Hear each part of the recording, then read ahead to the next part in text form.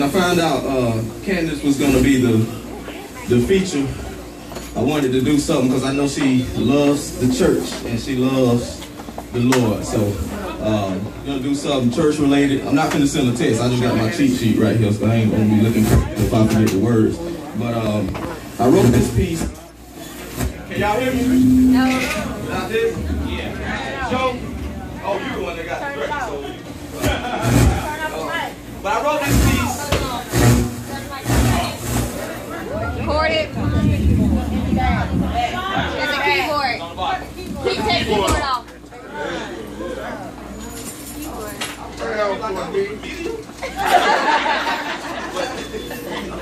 I wrote this piece. It touches on a lot of things, points out a lot of fallacies in the church and in the world.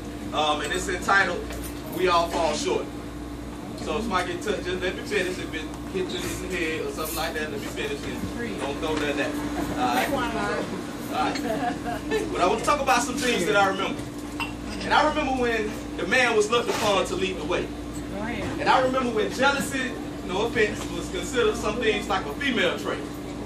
I remember when grown men wouldn't hide behind a computer keyboard and type about all the things that their so-called haters would say and do. Instead, if they had an issue with you, they would step to you and say, "Dude, let me talk." Rewind. Say it again. When they hide behind a computer keyboard and type about all the things that their so-called haters would say and do. Instead, if they had an issue with you, they would step to you and say, "Dude, let me talk." But most of all, I remember when being led and built their homes on Christian views. But now it seems as if we're living in a time where not only the world, but also the church is looking down on you. The streets will tell you you're not good enough, but in the same world you're lost because church folks tell you you're not good enough. You got people afraid to walk through the doors of the church because they feel some type of judgment. See, misunderstanding the word, some feel that being critical of others is their ticket into heaven. You got devils in the streets, but oftentimes in church you'll see an even bigger section. You got devils in the streets, but oftentimes you'll see in the church you'll see an even bigger section. Paint the streets off in the section of fake thugs. Not comfortable with the uppity church folks giving you that fake smile and that fake hug. You speak to some of them, they turn their noses up and now you're feeling snug. See, what has happened to the genuine feeling of the church is love and affection. Unanointed preachers concerned more with the amount of the collection and the whole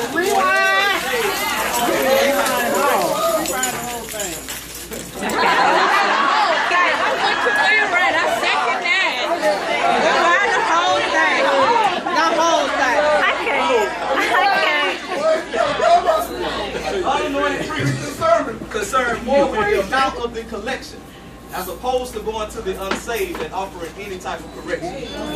That's why I choose to learn from those who are anointed by God and not appointed in man-made election. Real quick, rewind. The world we're living in is going in an entirely different direction. The world will try to get us to conform and accept life of sin. They'll tell us that our King's return should not be anticipated and that our Bible is outdated. They'll try to get us to accept their politically correct point of view. Like, for instance, they'll tell us that it's okay for man to sleep with man because in this world no one can control who they're attracted to. None of us need to be judging those two. Rewind. We let the sick, twisted, child molested, perverted pedophile use that exact same excuse. So y'all ain't gonna rewind? I can't deal with you. They'll tell us that it's okay for man to sleep with man because in this world no one can control who they're attracted to. But what would this world be coming to if we let the sick, twisted, child molested, perverted pedophile use that exact same excuse? But no matter what we do, there'll still be those looking down on you and judging you. I mean, it's really sad to see. These holier-than-thou, uppity, pious people don't want to accept that Jesus was the best friends with the Pharisees and the Sadducees.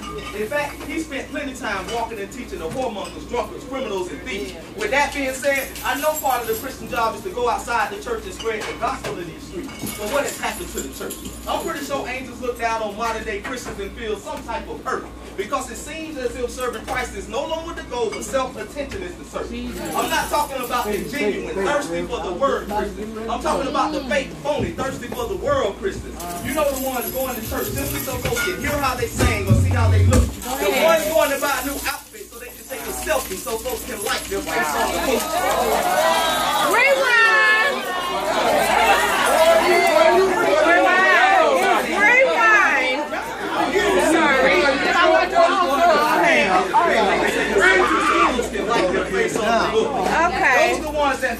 about saving souls, that should be the mission. I probably shouldn't talk about it, but I sit back and I laugh and I call them Instagram Christians.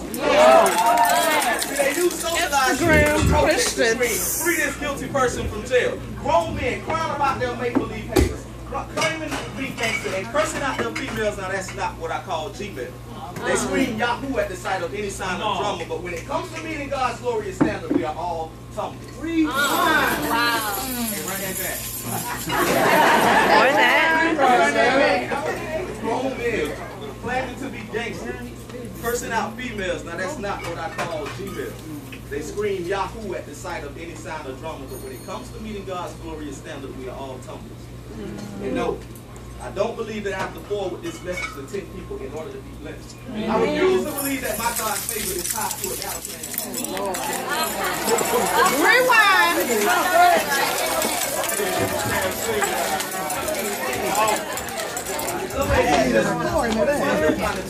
I'm saying that there will always be those that hate us, always be those that are jealous, always be those that envy us, but if we strive to be Christ-like, we can only hope that they try to emulate us. Jesus. Wow.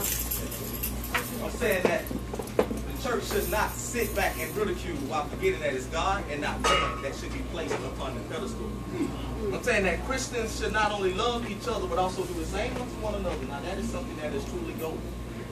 I'm saying I'm simply wise enough to notice that there are issues in the world and in the church.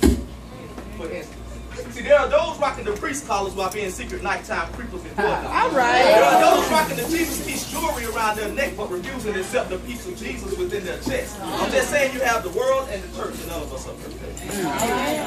Now, I'm not standing up here acting as if I'm not guilty of some of the exact same things. Standing up here on some type of moral high horse acting as if I'm above each and every one of these. When in actuality, before I can fully serve Christ, I must first die unto me. All right. Rewind. Rewind. Christ, I must first die unto me.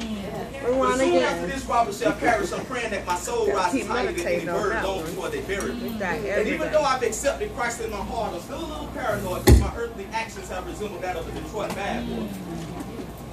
But I still must lift up God's glorious standard against any Katrina Flood type player, and what's ironic is that I learned that in my city.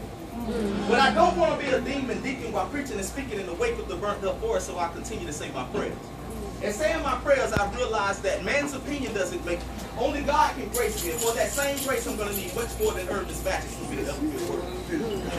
See, in order for me to lead, I'm constantly asking my God to work on me. See, I can't sit back and kick my feet up and look at my fellow sinners and begin to gossip about when I know I must first clean my own house. I don't want to be one of those that claim all holy but live hypocritically.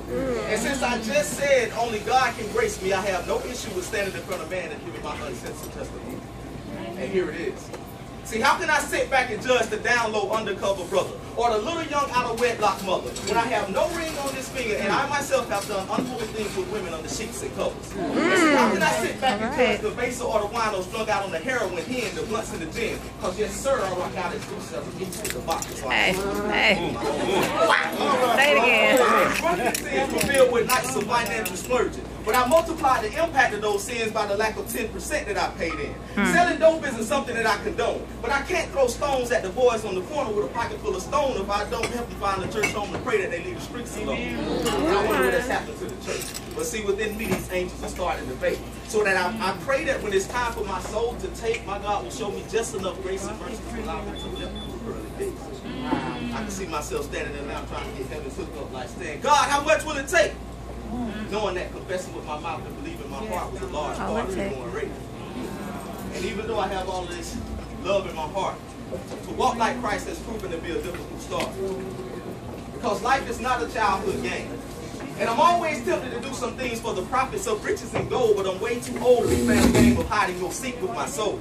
Some say I'm running from my calling, but when I feel the hand of God on my shoulders in this real life spiritual game, I promise I'll come when I'm told. I appreciate all of those that speak life to me, but only my God can issue my real life call of duty. But no matter how this world is advancing, this is not a game, boy. I just pray that in the Lamb's Book of Life there will be an X in that box beside my name, Lord. That's right. And I have no more time to be wasted. So I have to put away childish things and stop using God's word as my sin-filled PlayStation. To whom much is given, much is required, and I'm just trying to be blessed. I'm just continuing to search for the hem of his garment so that I can reach out and connect. But I decided to do a 180 and not a 360. I put down the controllers, went back to the Genesis to start over, started to read how God created the land, continued to read till I came to understand that with those that use unholy type of excuses, hell is not only filled, but it's packed, man. That's growing every day. I'm calling on you, Heavenly Father. I'm down on my knees. You say call on you no matter the hour. Well, Lord, I'm in need. I've been smoking a lot, I've been drinking a lot, I've been all up in the club.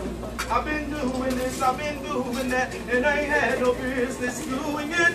I've been doing wrong, I'm so sorry.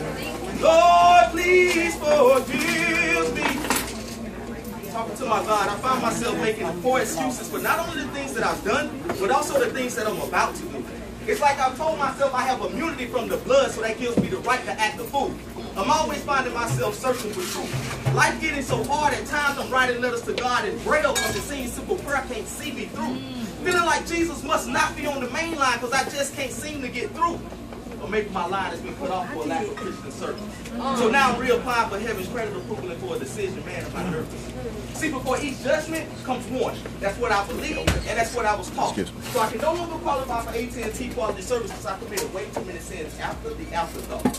So I now have to reach out to my God the best way I can. I boost up prayers for future sins. I guess you can say I'm on that previous plan. Hey.